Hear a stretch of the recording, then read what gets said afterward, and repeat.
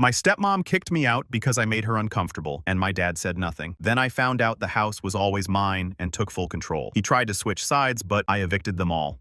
So here's the thing about grief. It makes people do stupid things. My dad's stupid thing was marrying Linda 6 months after my mom passed away. I was 15, still wearing black to school, still finding my mom's hair on my pillow sometimes, and this woman was already measuring for new curtains. Linda moved in like she was conducting some kind of hostile takeover. The family photos came down first, every single one. Mom and dad's wedding photo, my baby pictures with mom holding me, the vacation photos from that trip to the coast where mom taught me to bodyboard. All of it boxed up and moved to the attic within her first week. Then my mom's books disappeared from the shelves. Her favorite dishes vanished from the cabinets, those curtains she'd sewn by hand during my childhood. The ones with the little flowers that she'd spent 3 weekends perfecting gone overnight, replaced with this sterile gray minimalist aesthetic that made our home look like a dentist's office waiting room. "We all need to move forward," Linda announced at dinner one night, using that fake sympathetic voice that made my skin crawl. "Living in a shrine to the past isn't healthy for any of us. We need to create new memories in this space." Fresh energy. Dad just nodded along puppet on a string. Didn't even look up from his plate. I said nothing, just quietly moved my mom's recipe box to my room that night before it could vanish into whatever void had swallowed everything else she'd touched. That recipe box was the last thing she'd used before she got too sick to cook. Her handwriting was still on the index cards inside. I wasn't letting Linda anywhere near it. The uncomfortable comment started small, subtle enough that if I complained, I'd look crazy. That's the thing about people like Linda. They're smart about how they operate. Never anything overt enough to call out just this constant drip, drip, drip of little jabs and passive-aggressive moves that slowly drive you insane while maintaining plausible deniability. I left dishes in the sink once after a late shift at my part-time job. Just once. Linda called a family meeting about respecting shared spaces. An actual formal meeting with an agenda about 2 plates and a fork. I stayed up studying until midnight for finals. Linda complained that my desk lamp bothered her from across the hall through 2 closed doors in a house with 3,000 square feet. She actually used the phrase sleep hygiene concerns with a straight face. Then I came home one day and found my bedroom door didn't have a lock anymore. Someone had removed the entire mechanism, just gone like it had never existed. The holes were still there where the hardware used to be, but the lock itself had vanished. "Privacy concerns," Linda explained when I asked. Her voice had that syrupy sweetness that made my teeth hurt. "We're a family now. Families don't lock doors. It's about trust and openness." I wanted to point out that families also don't erase dead mothers like they never existed, but I kept my mouth shut. I was learning that survival in this house meant staying invisible, meant picking my battles, meant swallowing about 1,000 things I wanted to say every single day. When I turned 17, she ramped up the campaign significantly, stopped being subtle about it. My presence made her anxious. My schedule disrupted her routine. She felt like a guest in her own home. The irony of that last one almost made me laugh out loud. Dad would just sigh and ask if I could try harder to get along with her. This man, my own father, asking me to try harder with the woman who'd thrown away my mother's wedding china because it clashed with her new color scheme. The china that had been in Mom's family for 3 generations gone in a single afternoon while I was at school. I started spending more time at the library, at friends' houses, at coffee shops, doing homework until closing time. Anywhere but home. Because it didn't feel like home anymore. It felt like enemy territory. Like I was an intruder in the house where I'd learned to walk. Where Mom had taught me to read, where every corner used to hold a memory.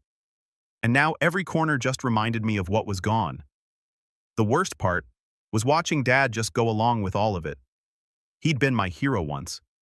The guy who taught me to ride a bike, who stayed up late, helping me with science projects, who held me when Mom first got diagnosed and promised everything would be okay.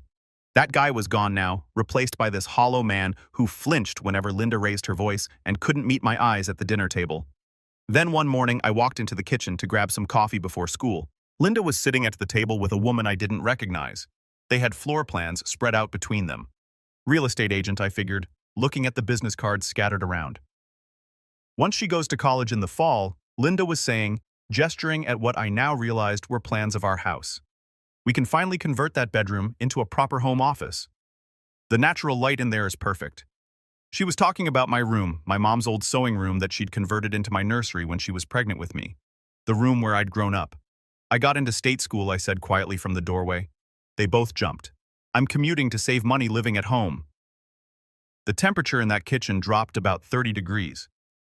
Linda's face went through about 6 different expressions before settling on barely contained rage. The real estate agent suddenly found her paperwork very interesting. That afternoon, Linda cornered me in the hallway outside my room. Her mask was completely off now. No more fake warmth, no more pretend family bonding. "I think it's time we had an honest conversation," she said, blocking my path. "You need to understand something. This is my home now. I've been patient. I've tried to make this work, but your presence here makes me deeply uncomfortable. I need you to start making other arrangements." I just stared at her. This woman who'd spent 2 years systematically erasing my mother from existence, who'd turned my grieving father into a spineless yes-man, who was now standing in my mother's house telling me I needed to leave. Before I could respond, Dad appeared from his office down the hall. He'd clearly heard everything. For once, he wasn't looking at his shoes. He wasn't finding somewhere else to be. He was looking right at Linda. "Linda," he said. His voice was different, flat cold. "Whose name is on the deed?" The color drained from her face so fast I thought she might pass out. "Well, both of ours, but wrong, just mine." The silence that followed was deafening. This was Rebecca's house. My mother's name hung in the air like a ghost. Like she'd walked right into the room with us. She left it to me in trust for our daughter. "You're a guest here, Linda. You've always been a guest." I'd never heard him sound like that. Never seen him stand up to anyone, let alone her. Linda's mouth opened and closed. No sound came out. "But you said—" "I said a lot of things," Dad interrupted. "I was grieving. I wasn't thinking clearly. That ends now." The next morning I found legal documents on the kitchen counter. Official looking, lots of whereases and hereby stamped and notarized and everything. I read through them twice to make sure I understood what I was seeing. Dad had transferred 50% ownership of the house directly to me. At 17 years old, I was now a co-owner of the property I'd grown up in. He must have had these drawn up overnight. Must have called a lawyer the second Linda went to bed. That's how rattled he was after that confrontation in the hallway. Linda moved into the guest room that night, didn't say a word at dinner, just picked at her food and excused herself early. She stopped making eye contact with me entirely after that, would leave a room when I entered, would eat at different times to avoid sitting at the same table. The temperature in the house was Arctic. But for the first time in 2 years, I could breathe. But here's the thing. Dad didn't know. What neither of them knew. What nobody knew except me and a dead woman. 2 years earlier, while cleaning out boxes in the attic, I'd found something. A journal. My mom's journal from the year she died. Blue leather cover. Her name embossed in gold on the front. I'd opened it expecting memories. Maybe some recipes. Notes about her garden, the kinds of things a dying mother might want to leave behind for her daughter. What I found instead was detailed entries about how she'd discovered Dad's affair with Linda, his secretary at the time, 6 months before her cancer diagnosis. She'd found emails, text messages, a hotel receipt that fell out of his jacket pocket when she was doing laundry. My hands were shaking so hard I could barely turn the pages, but I kept reading every word, every date, every piece of evidence she documented with the precision of a prosecutor building a case. I'd kept that journal hidden under a loose floorboard in my closet waiting, not sure for what, just knowing that someday I might need it. Knowing that information was power, knowing that Mom had documented everything for a reason. Now with 50% of the house in my name and Linda spiraling out of control down the hall, I pulled it out again because that journal contained something else. Something I'd almost missed the first time I read it.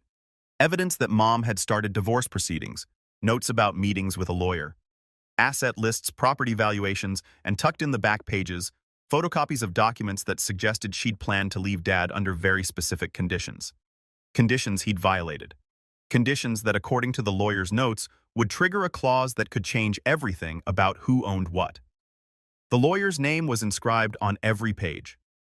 William Foster, attorney at law, careful handwriting, detailed notes, a man who clearly knew exactly what he was doing. His office was still listed online. I checked from the library computer. Still practicing family law in the same building downtown after all these years. I called him from a friend's house, not wanting the call to show up on our home phone records. Paranoid maybe, but I'd learned a lot about self-preservation in the past 2 years. I'd learned that information was currency.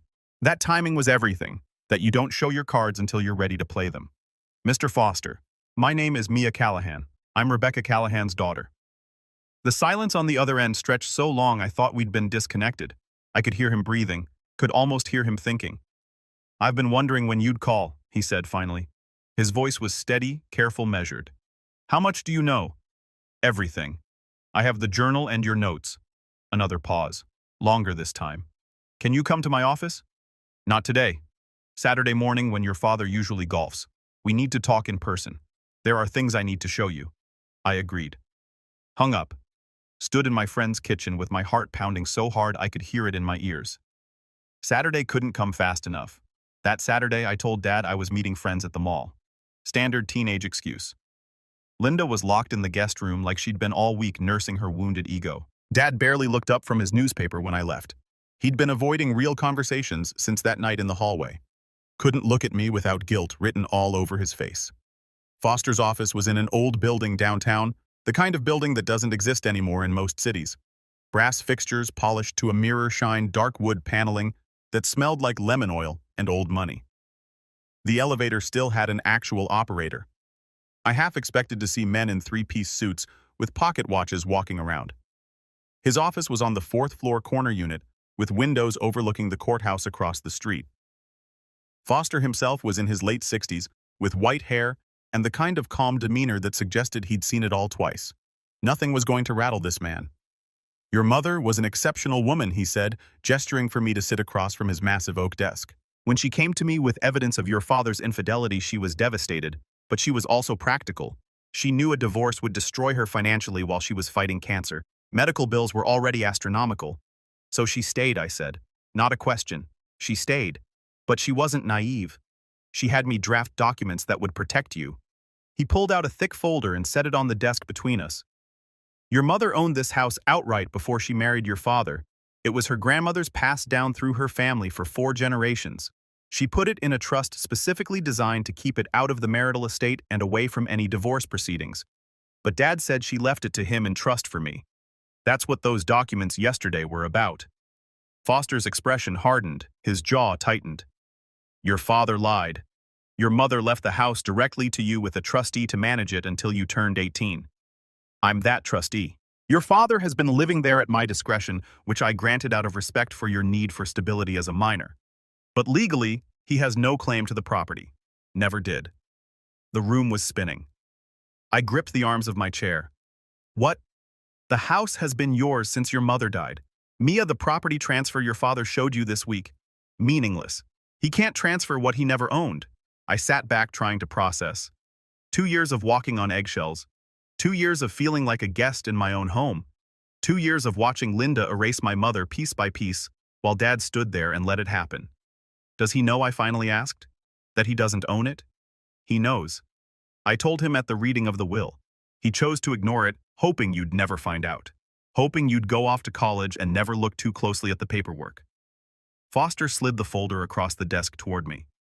This is everything. The deed trust documents, photocopies of your mother's journal entries, documentation of the affair, financial records showing how your father has been mismanaging funds that should have been preserved for you. I opened the folder with shaking hands. Bank statements showing Dad had withdrawn money from Mom's accounts before she died. Receipts for jewelry he'd bought Linda while Mom was still in chemotherapy. Email printouts between them that made my stomach turn. There's more, Foster said quietly. Your mother had a life insurance policy, $500,000. It was supposed to go into a college fund for you. Your father cashed it out and used it to pay off his business debts. The rage that flooded through me was cold, precise. Not the hot anger I'd felt before. This was something different, something calculated. What can I do, I asked. Legally, you can evict them both. Today, you're 17, but as the property owner with documented trustee approval, you have that right. Or you can wait until you're 18 in 4 months and handle it then with full legal autonomy. Either way, they have no leg to stand on. I thought about Linda in the guest room, probably already planning her next move to push me out. I thought about Dad's fake property transfer, his complicity, his weakness, the way they'd been trying to erase Mom while living in her house, spending her money, sleeping in her bed. I want to wait, I said, until I'm 18. But I want everything ready to go the day I turn 18. Foster smiled. It wasn't a warm smile. I was hoping you'd say that. Over the next 4 months, I played the perfect daughter. Agreeable, quiet, invisible, the kind of teenager every stepmother dreams about having. Yes, ma'am. No, ma'am. Whatever you say, ma'am. It was exhausting. Every day felt like a performance. But I kept my eyes on the prize. 4 months wasn't that long. I'd survived 2 years of Linda's campaign. I could survive 16 more weeks of playing nice while the fuse burned down to nothing. I got a part-time job at a bookstore downtown and started saving every penny. Opened a separate account at a different bank, cash deposits only nothing that could be traced or questioned.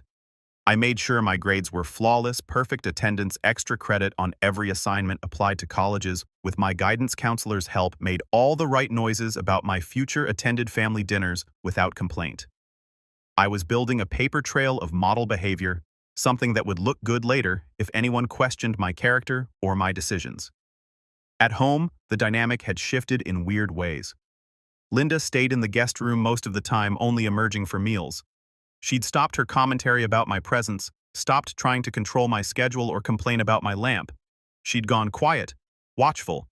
Dad walked around like a ghost, his guilt finally catching up to him, I figured. I caught him looking at Mom's old photos sometimes, the ones I'd rescued from the trash and hidden in my room. He never asked where I'd found them, never acknowledged what he'd let Linda do to Mom's memory. One night in January, 2 months before my birthday, he knocked on my door. "Can we talk?" I let him in.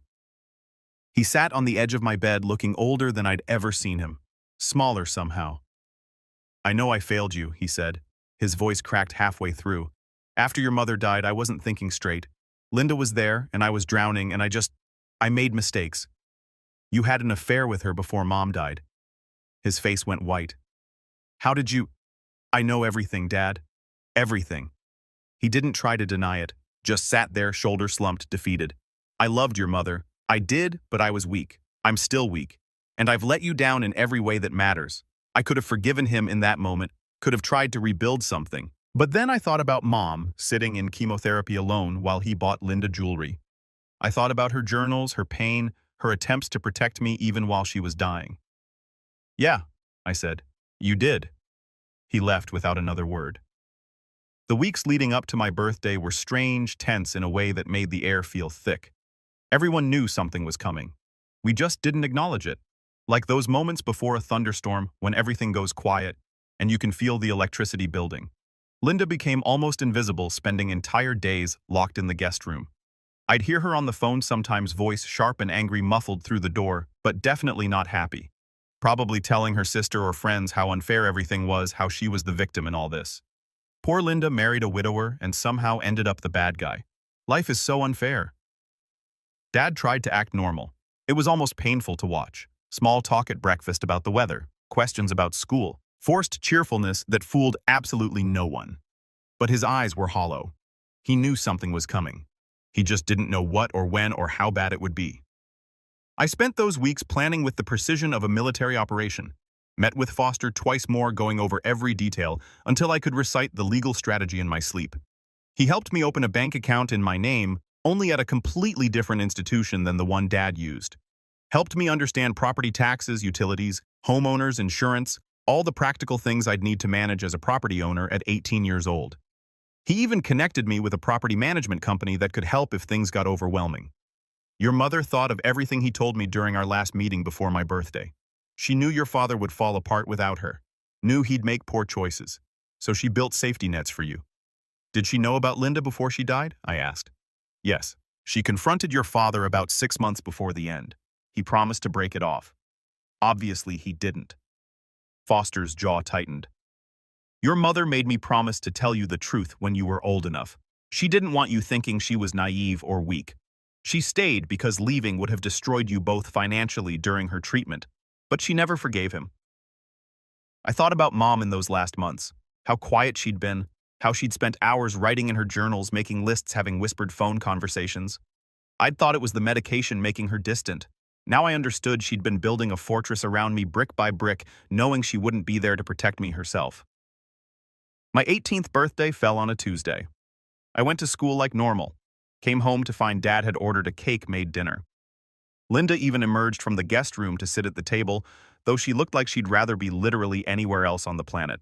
"Happy birthday, sweetheart," Dad said, sliding an envelope across the table. "I know things have been hard, but you're an adult now. We're so proud of you."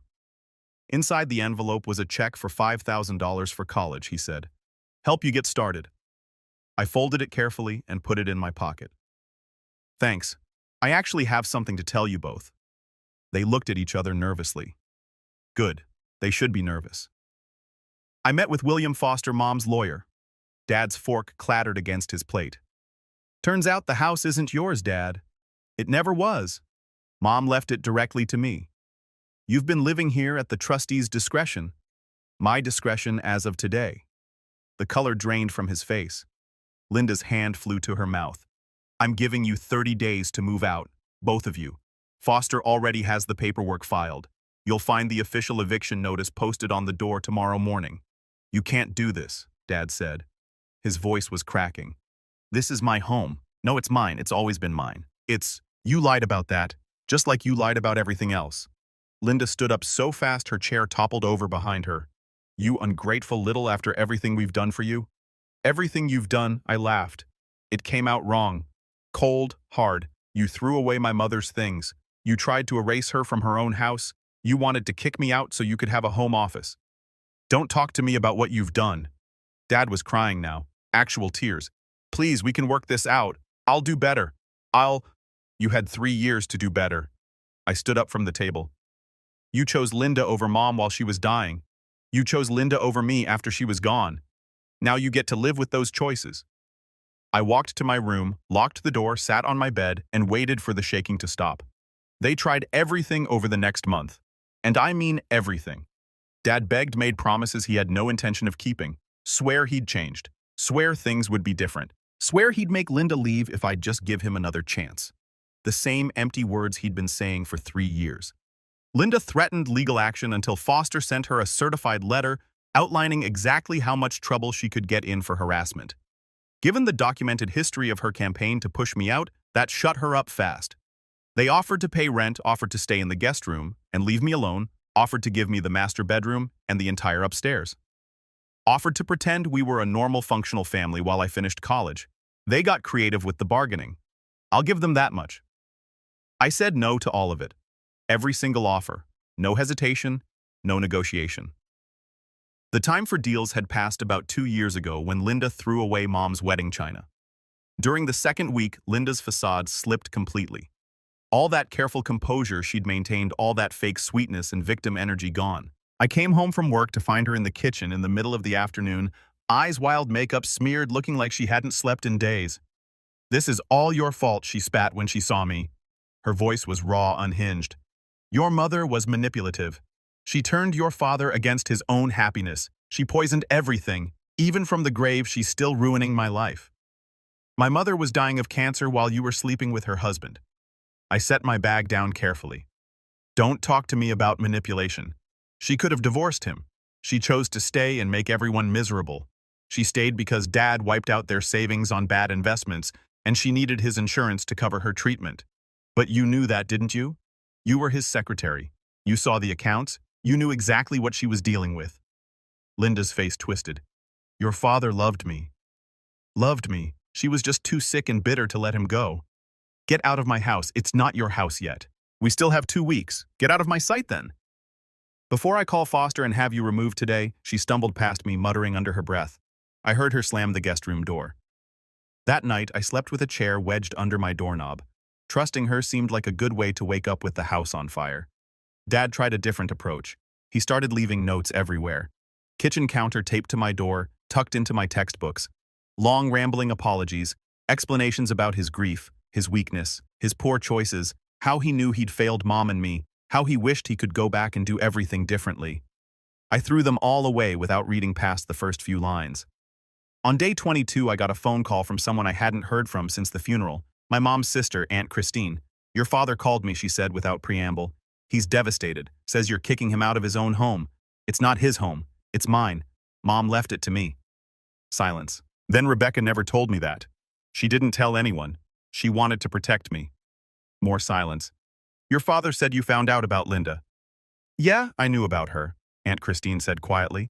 During Rebecca's treatment, I saw them together at a restaurant when I was in town for a conference. Your mother made me promise not to say anything, said she had a plan. She did. This was it. Your father is calling everyone, Christine continued. Your mother's friends, our family trying to paint you as vindictive and cruel, trying to get someone to intervene. Let him. I'm not going to. Her voice was firm. I thought you should know that Rebecca would be proud of you. After we hung up, I sat in the dark living room. Someone else knew the truth. Someone else saw what Dad had done. I wasn't crazy, wasn't vindictive, I was just protecting what was mine. On day 28, I came home to find them packing boxes everywhere, bubble wrap scattered across the floor, packing tape guns, labels the systematic dismantling of a life built on lies. 3 years of Linda's gray aesthetic being stuffed into cardboard boxes and hauled toward the front door. Linda wouldn't look at me, kept her head down, moved boxes without speaking. Dad kept starting sentences he couldn't finish. Would open his mouth, think better of it, and go back to taping up another box. "Where will you go?" I asked. Not because I cared, just curious how far they'd fall. "Linda's sister has a place," Dad said quietly. "We'll stay there until we figure things out. It's not far. About 2 hours. What about your business, selling it to pay back what I took from your mother's accounts?" Foster made it very clear that was non-negotiable if I wanted to avoid criminal charges. He's got documentation of everything. Every withdrawal, every transfer, every cent that was supposed to be yours. Good. Linda tried to take some of Mom's jewelry on day 29. Claimed Dad had given it to her as gifts. I called Foster. He sent over a detailed inventory of Mom's possessions that she'd compiled before dying. Every piece of jewelry, every book, every dish, every item of value documented with photographs and descriptions. Everything Linda claimed was on that list. "Put it back," I said, "or I file theft charges today." She threw the jewelry box at my head. I caught it, put it in my room, locked the door, let her rage in the hallway for 20 minutes before she finally gave up and went back to packing. On their last day, I watched from the porch as they loaded boxes into a rental truck. The house already felt lighter, like it was exhaling for the first time in years, like Mom's presence was seeping back into the walls now that Linda's gray energy was being hauled away in cardboard boxes. Dad paused at the door on his way out. His face was gaunt. He'd aged 10 years in 30 days. "I'm sorry," he said. "Your mother deserved better. You deserved better." I know sorry doesn't fix anything, but I needed to say it. Yeah, we did. They drove away. I went back inside and started working immediately. No time to process, no time to sit with feelings. There was work to do. The master bedroom was first. Linda's gray paint went under a warm cream that made the room feel twice as bright. I hung Mom's favorite curtains, the ones I'd hidden in the attic the week after the funeral when I saw Linda eyeing them. Found her bedding in a storage unit Dad had rented downtown and brought it all back. Her quilts, her throw pillows, the Afghan her grandmother had made. The living room was next. Soft sage green, Mom's favorite color, the color she'd always wanted to paint it, but Dad had vetoed. I hung her artwork back on the walls. Her watercolors of the ocean from our vacation. Her pressed flowers in delicate frames. The family photos that Linda had boxed up went back on the mantel. Found her piano at Aunt's house. She'd asked to store it before Dad could sell it, hired movers to bring it home. It looked perfect in the corner by the window right where it used to be. The kitchen took the longest.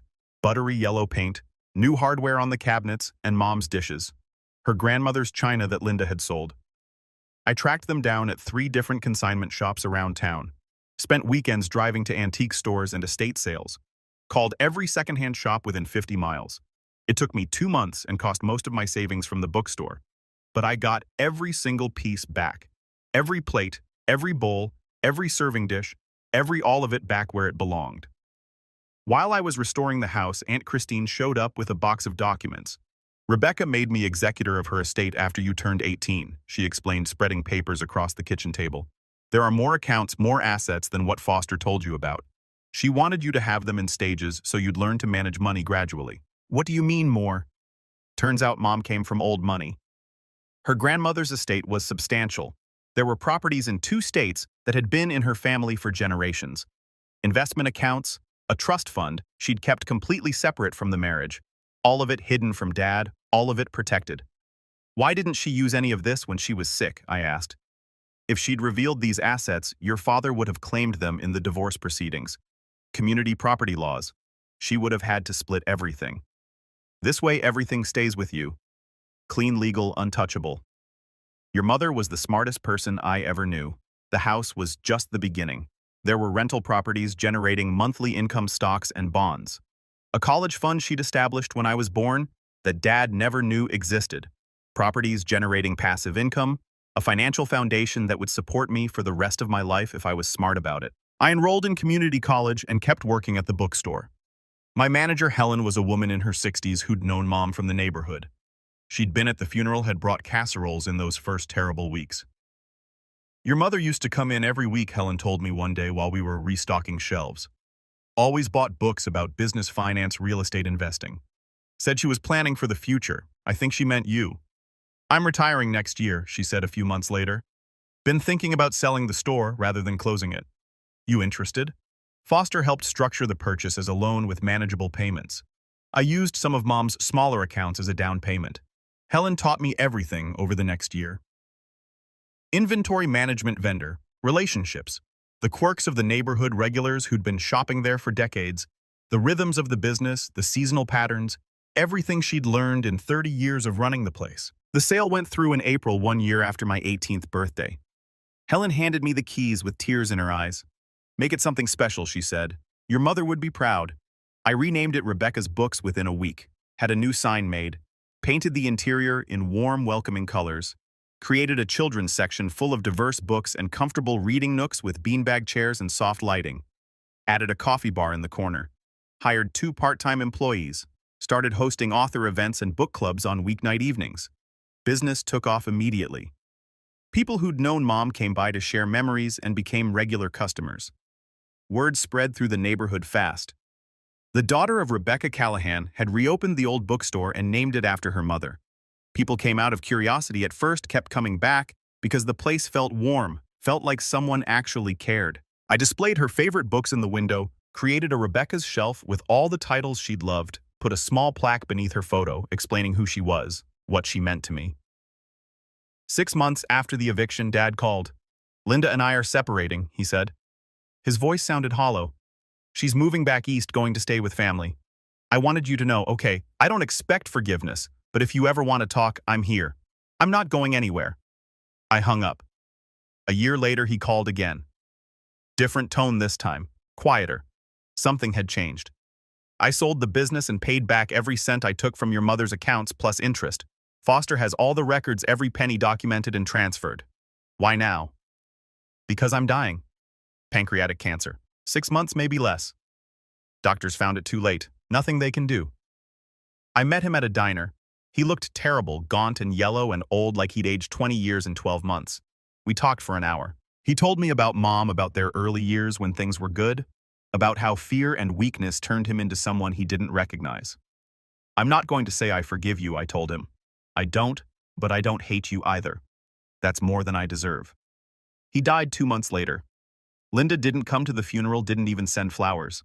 It was just me and Christine and Foster and a handful of Dad's old colleagues who barely remembered him anymore. Afterward, Foster pulled me aside in the parking lot. He left you about $40,000 after the business sale in debts. What do you want done with it? Donate it to a cancer research charity in Mom's name. Every cent. While sorting through Dad's personal effects at his apartment, I found a box of letters he'd written to Mom but never sent. Letters from after her diagnosis about his fear, his guilt. I read them once. They explained some things. Didn't excuse anything, just explained. I put them in a drawer and never looked at them again. Last month, I got a message from Linda through social media. Long and rambling, full of excuses and apologies. She wanted closure, wanted to explain her side of things, how she'd fallen in love with a broken man, how things got complicated. I deleted it without responding, blocked her account. Some people don't deserve closure. Some doors stay shut. I'm 21 now, running Rebecca's Books full-time while finishing my business degree online. The store is thriving. I've partnered with local schools for literacy programs and started hosting writing workshops. Added a used book section that's become popular with college students. I live in Mom's house, the one that was always meant to be mine, fully restored now. Every room exactly how she would have wanted it. The rental properties bring in steady income. The investments grow quietly. I live comfortably. I still work full-time because I love it, not because I need to. 2 weeks ago, I was restocking shelves when a woman walked in, mid-40s, nervous energy, professional clothes. She spent 20 minutes wandering around before approaching the counter. Are you Mia, Rebecca's daughter? Yeah. I worked with your father years ago before Linda at his first company. I just wanted to say your mother came into the office once to surprise your dad for lunch. She saw something she shouldn't have. I always wondered if she knew, if that's why she seemed so sad toward the end. She knew, I said. She knew everything. The woman nodded slowly. I'm glad you got the house. I'm glad you have this place. She paused at the door. Your mother was the smartest person in every room she walked into. Everyone said that. Looks like you inherited that. She left. I went back to stocking shelves just another day.